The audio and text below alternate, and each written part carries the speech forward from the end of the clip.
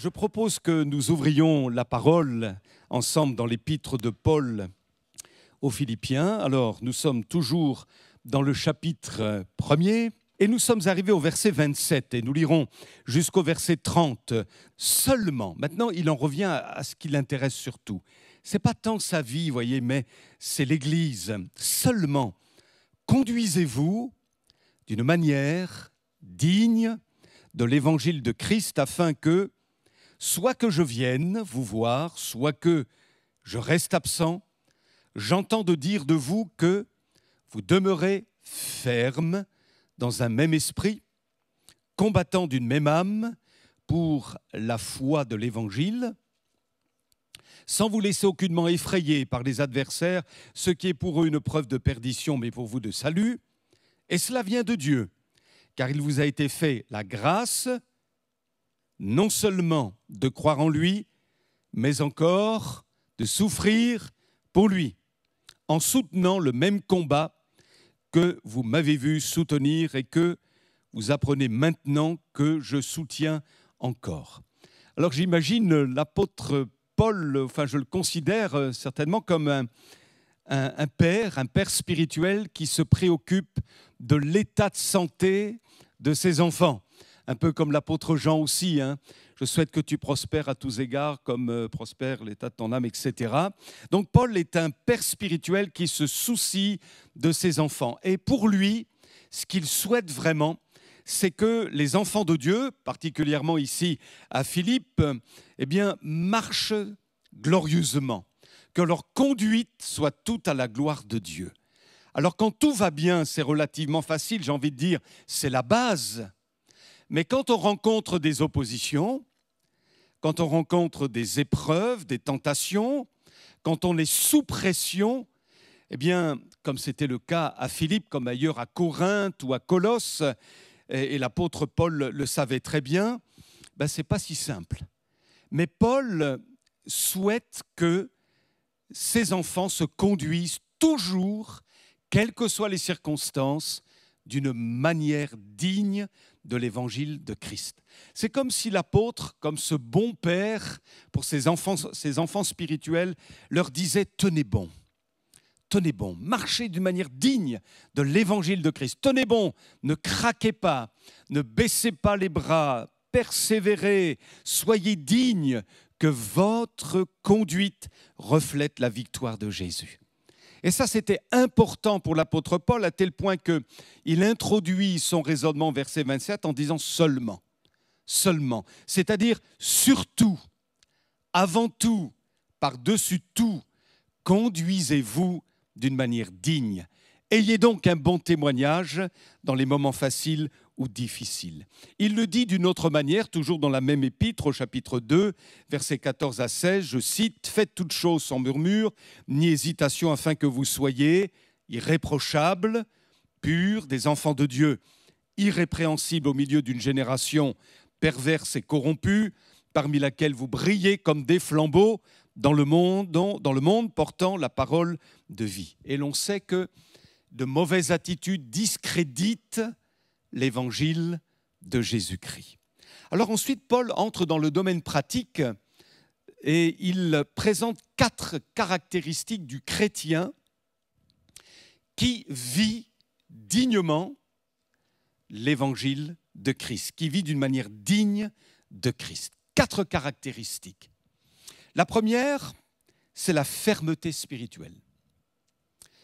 Verset 27, « Conduisez-vous d'une manière de l'évangile de Christ, afin que, soit que je vienne vous voir, soit que je reste absent, j'entends dire de vous que vous demeurez ferme. » Première caractéristique du chrétien qui vit d'une manière digne de Christ, c'est la fermeté spirituelle, que j'entends de dire que vous demeurez ferme. C'est vraiment une grâce de Dieu. Quand, vous voyez, en tant que pasteur, j'ai fait quelques églises et il m'arrive de retourner dans les églises où j'ai été. Et c'est un bonheur quand vous voyez les frères et les sœurs que vous avez côtoyés, avec qui vous avez combattu, vous avez vu leur peine, leur joie. Et puis quand vous les revoyez, qu'ils vous disent « Ah, comme j'aime le Seigneur !» Ah, je suis toujours au Seigneur, j'aime encore plus le Seigneur. Mais ça réjouit votre cœur. Et ce sont des bien-aimés qui sont restés fermes dans la foi. Gloire à Dieu. Puis il y a ceux que vous avez baptisés. Et alors, parfois, moi, il m'est arrivé d'avoir des doutes. Je me dis, oh là là, Seigneur, ça a l'air un peu fragile, mais je te fais confiance, quoi. Je te fais confiance. Voilà, ça t'appartient, ils t'appartiennent, tous ces bien-aimés. Et puis, au-delà de tout ce que j'aurais pu penser à cette époque-là, les années passent et puis vous les revoyez en pleine forme spirituelle, ayant grandi, ayant mûri dans la foi. Merci Seigneur, ils sont fermes spirituellement parlant. Alors qu'est-ce que ça signifie être ferme? Que j'entende dire que vous demeurez ferme. Bien, être ferme, ça veut dire ne pas perdre pied. C'est ça que ça veut dire. Face à l'opposition, parce que nous en aurons, nous en avons eu, nous en aurons encore, face aux dangers, aux pressions, aux épreuves, la fermeté chrétienne faisait vraiment partie de la prédication de l'apôtre Paul.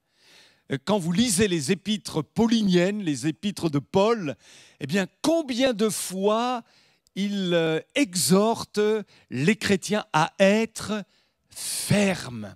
Je vous lis quelques textes rapidement dans les Éphésiens chapitre 6, versets 11 à 13. « Revêtez-vous de toutes les armes de Dieu afin de pouvoir tenir ferme contre les ruses du diable. » Ah, celui-là, il veut nous faire du mal, hein? Il veut nous cribler comme du froment. Mais quelle est notre réponse aux agissements du diable?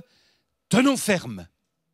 Tenons ferme, fondés sur la parole, attachés à Jésus, attachés à son Église, et laissons-nous renouveler dans le Saint-Esprit. Mais restons fermes. Dans les Actes des Apôtres, chapitre 14, verset 22, il est écrit « Il fortifiait le cœur des croyants, les encourageait à demeurer fermes dans la foi. » 1 Corinthiens 15, 58, « Ainsi, mes frères bien-aimés, soyez fermes et inébranlables. » Je ne vous apprendrai rien si je vous dis que nous devons nous attendre à ce que notre foi soit éprouvée, à ce que notre amour pour Dieu et notre amour pour nos frères et sœurs soient aussi éprouvés, ainsi que notre attachement à Dieu, notre service pour Dieu, notre fidélité pour le royaume de Dieu. Et ce qui doit sous-tendre tout cela, c'est notre fermeté. Devenons, grâce à Jésus, grâce aux moyens qu'il nous donne, grâce au Saint-Esprit, grâce à sa parole, grâce à l'exhortation de nos bien-aimés qui veulent notre bien, devenons de plus en plus fermes dans la foi. Ne perdons pas pied. La deuxième caractéristique du chrétien qui vit d'une manière digne de Christ, c'est qu'il recherche l'unité. L'apôtre Paul dit « Que j'entende dire de vous que vous demeurez fermes dans un même esprit. » Quelqu'un a dit « Se réunir, c'est un début. Rester ensemble, c'est un progrès. Servir ensemble, c'est la réussite. » Et dans une version amplifiée, paraphrasée de la Bible, eh bien, l'auteur rend le passage de Jacques, chapitre 3, versets 17 et 18 de la manière suivante. Je vous cite. « La vraie sagesse, la sagesse divine, se manifeste à travers une vie empreinte de sainteté et se caractérise par une capacité à bien s'entendre avec les autres. La sagesse est douce et raisonnable, pleine de compassion et de bénédiction pour les autres, toujours d'humeur égale, dénuée de toute hypocrisie. Une communauté soudée et saine dépend de l'enthousiasme de chacun à vivre près de Dieu et récolte ensuite les fruits du labeur de chacun, à s'entendre avec son prochain, chacun se traitant mutuellement avec respect, honneur et dignité. » Waouh! Gloire à Dieu, hein? C'est ce à quoi nous sommes appelés et c'est ce à quoi nous devons travailler. Vous savez que l'ennemi n'aime pas la communion fraternelle. Vous le savez ça, hein? Il n'aime pas la sainteté, il n'aime pas Jésus, il n'aime pas l'Église, il n'aime pas la foi. Mais il y a une chose qu'il abhorre particulièrement, c'est la communion fraternelle. Il ne supporte pas ça. Donc, on est bien d'accord sur le fait que le diable ne va pas, vous et moi, nous laisser tranquilles. Et quand il peut, eh bien, semer du trouble, il se gêne pas. Alors il y a au moins, je réfléchissais à ça tout à l'heure, au moins 4 armes favorites de Satan pour affaiblir l'Église de Jésus-Christ. 4. Vous réfléchissez avec moi?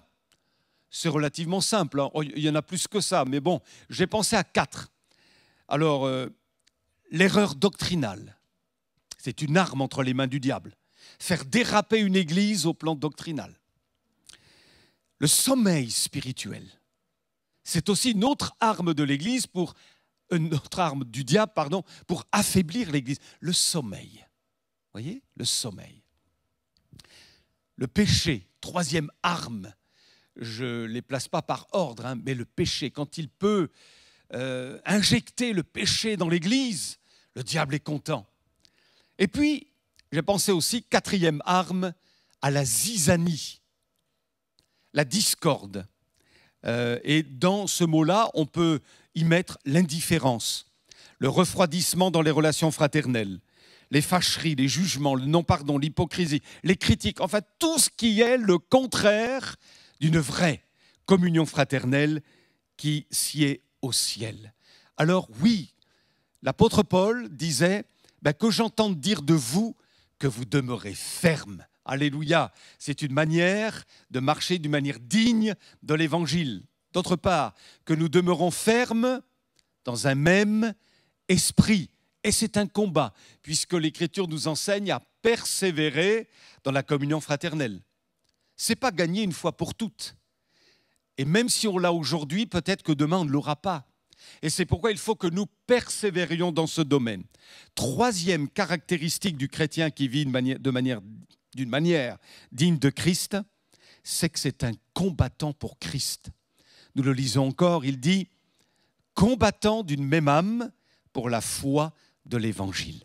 Vous savez comme moi que l'Église a besoin de combattants. L'Église n'a pas besoin de consommateurs, ni de critiqueurs. Mais l'Église de Jésus-Christ a besoin de combattants dans la prière, de combattants dans le témoignage, de combattants dans le service, des combattants, puisque l'image est utilisée dans l'Écriture, l'Église, c'est aussi une armée de combattants, alléluia. Et quand nous nous sommes convertis, nous sommes entrés dans l'armée du roi des rois et sommes devenus des combattants pour Jésus. Vous savez comme moi que l'évangile qui est prêché ne l'est pas dans le but de rendre notre vie confortable. Ça ne serait pas le vrai évangile. Vous êtes d'accord avec moi? Le but dans la prédication, le but dans notre lecture biblique n'est pas celui de rendre notre vie confortable, mais le but dans la prédication et dans la lecture biblique est que nous accomplissions notre mission sur la terre pour Jésus. Que ce soit confortable ou pas, ce n'est pas la préoccupation du ciel ni du royaume de Dieu. Mais le but, c'est que chacun d'entre nous, nous entrions dans la destinée dans laquelle le Seigneur a voulu nous faire entrer. Et dans cette destinée-là, il y a du combat. Dieu fait de nous des combattants. Nous sommes appelés à combattre pour la cause de Christ. Mais ce qui note ici l'apôtre Paul, il dit combattant ensemble, d'une même âme. Oui, pour le combat, mais il est certain qu'une armée désunie ne pourra pas remporter la victoire. Donc là encore, l'apôtre souligne l'importance d'être ensemble, d'être de bons combattants ensemble. Je ne sais pas si vous aimez le rugby. Je n'osez pas dire, hein. Moi, j'aime beaucoup le rugby. J'en ai fait d'ailleurs quand j'étais jeune, hein. Et je me souviens de ce match qu'il y a eu il y a de cela des années. C'était l'équipe de France qui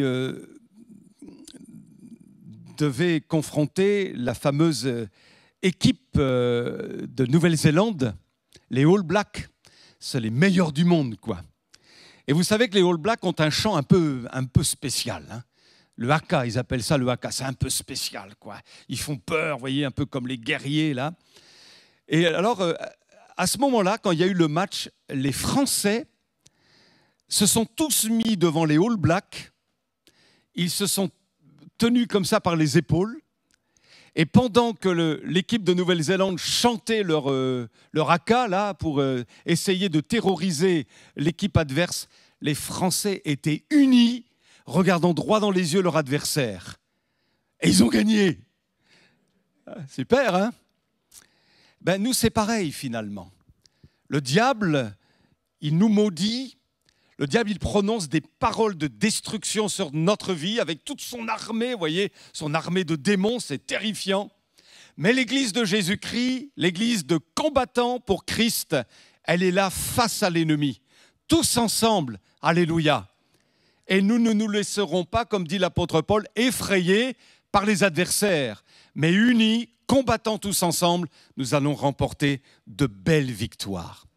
Et puis la quatrième caractéristique du chrétien qui vit d'une manière digne de Christ, c'est qu'il accepte de souffrir pour la cause de Christ.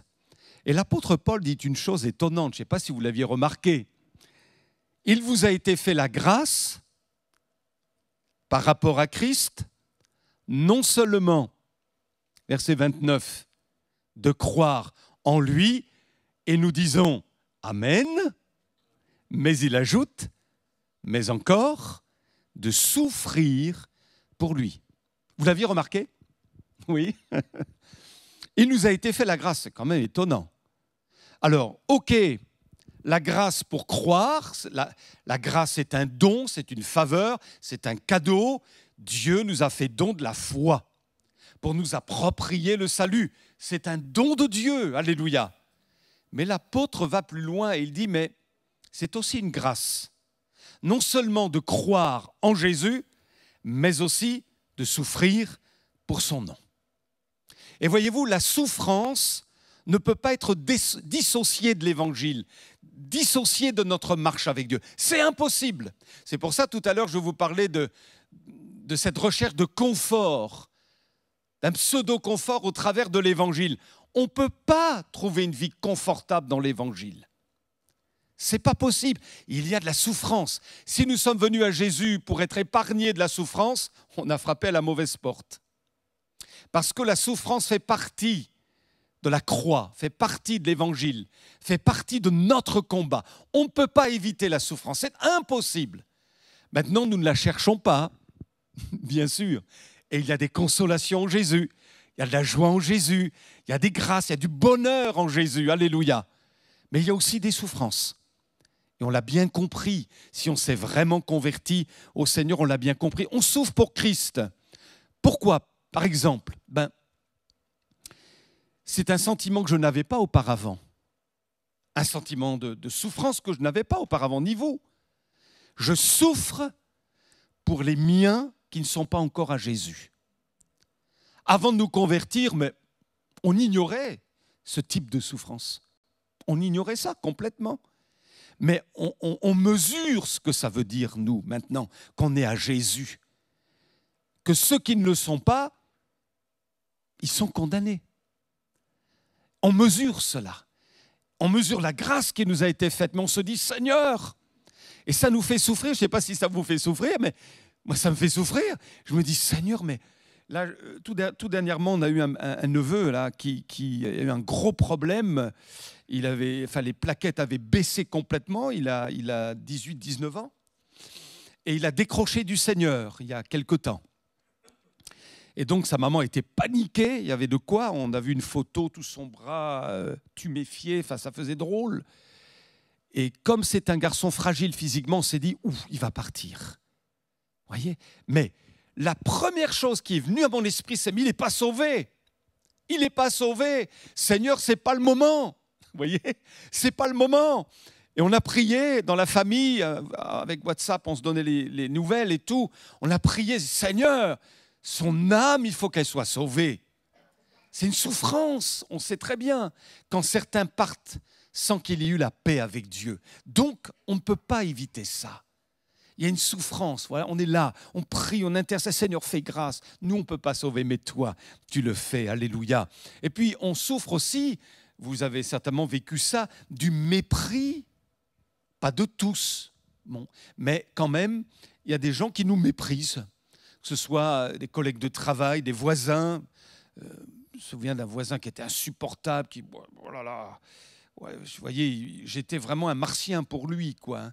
Quelqu'un de pas fréquentable, hein, quelqu'un qui appartenait à une secte, enfin, je ne sais pas ce qu'il y avait dans sa tête, mais c'était terrible. Et il me méprisait, il me méprisait. Puis il y a des membres de famille aussi qui peuvent nous mépriser parce qu'on a la foi. Je me souviens quand j'ai dit à mon père que j'étais converti, qu'un jour je serais pasteur, parce que mon propre pasteur voulait me faire entrer dans le ministère. Je lui ai dit, ma papa, finalement, je vais arrêter mes études, je ne vais pas aller plus loin, je vais devenir pasteur. Il m'a regardé, il m'a fait... Et ma sœur qui dit, on ne parle pas de ça à la maison.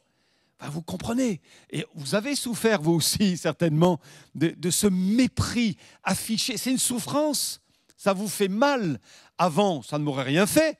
Mais maintenant, je comprends que, oh Seigneur, c'est dur. Et puis, quand on entend parler de quelqu'un qui a chuté spirituellement, quelqu'un qui a dérapé, qui est en défaillance spirituelle, ou toutes sortes de problématiques comme ça fait souffrir. Ça nous fait souffrir les uns les autres. Mais alors, que dire de ceux qui sont persécutés à cause de leur foi? Que dire de ça, mes amis? Voilà, la souffrance fait partie de l'Évangile. Mais l'apôtre nous dit ici, il vous a été fait la grâce, non seulement de croire, c'est un don de Dieu, mais de souffrir. Dieu permet. C'est un mystère. C'est un mystère. On n'a pas l'explication à tout. C'est un mystère. Mais à partir du moment où on considère le fait que Dieu nous fait grâce, même au moment de la souffrance. Quelqu'un dit que Dieu ne veut pas nous épargner les souffrances, mais il veut la remplir de sa présence. Et à travers notre souffrance, n'avez-vous pas, frères et sœurs, et je le dis à moi-même, n'avons-nous pas fait l'expérience d'une croissance spirituelle? Certainement que c'est là, personnellement, que j'ai grandi le plus. Quand j'ai souffert, quand il a fallu que je fléchisse mes genoux devant Jésus, quand bien des choses ont été burinées à l'intérieur, c'est dans ces moments-là que nous avons, vous et moi, grandi. Ça fait partie du plan de Dieu pour nos vies. Mais Jésus est là. Alléluia. Et nous n'avons pas un souverain sacrificateur qui ne puisse compatir à nos faiblesses. Il a été tenté comme nous. Merci Seigneur. Toi, tu sais ce que c'est de souffrir. L'homme de douleur habitué à la souffrance. Tu vois, Seigneur, tu mesures tout. On te bénit de ce que tu es présent et de ce que tu nous fais du bien. Alors conduisons-nous d'une manière digne de l'Évangile. Comment? En demeurant ferme dans la foi, par sa grâce, en recherchant l'unité, en combattant pour l'avancement du royaume de Dieu et en ne craignant pas de souffrir pour la cause du Seigneur. Amen. Que Dieu nous soit en aide. Dimanche prochain, il y aura un changement d'horaire. Formidable, nous aurons 1 heure de plus à quoi? Alors j'ai entendu dormir. Et il y en a d'autres qui ont dit à prier. Voilà. Il y en a qui vivent d'une manière digne de l'Évangile. Et voilà. Alors, donc n'oubliez pas, parce que sinon ça va perturber les cultes, vous comprenez? Si on a oublié de changer l'heure, on va avoir des petites tracasseries. Donc n'oubliez pas cela. Alléluia. Que Dieu vous soit en aide, que Dieu nous bénisse les uns et les autres et que par sa grâce, nous marchions toujours mieux d'une manière digne de l'Évangile. Et continuons d'intercéder pour tous nos bien-aimés. Amen. Bon retour à chacun et à dimanche.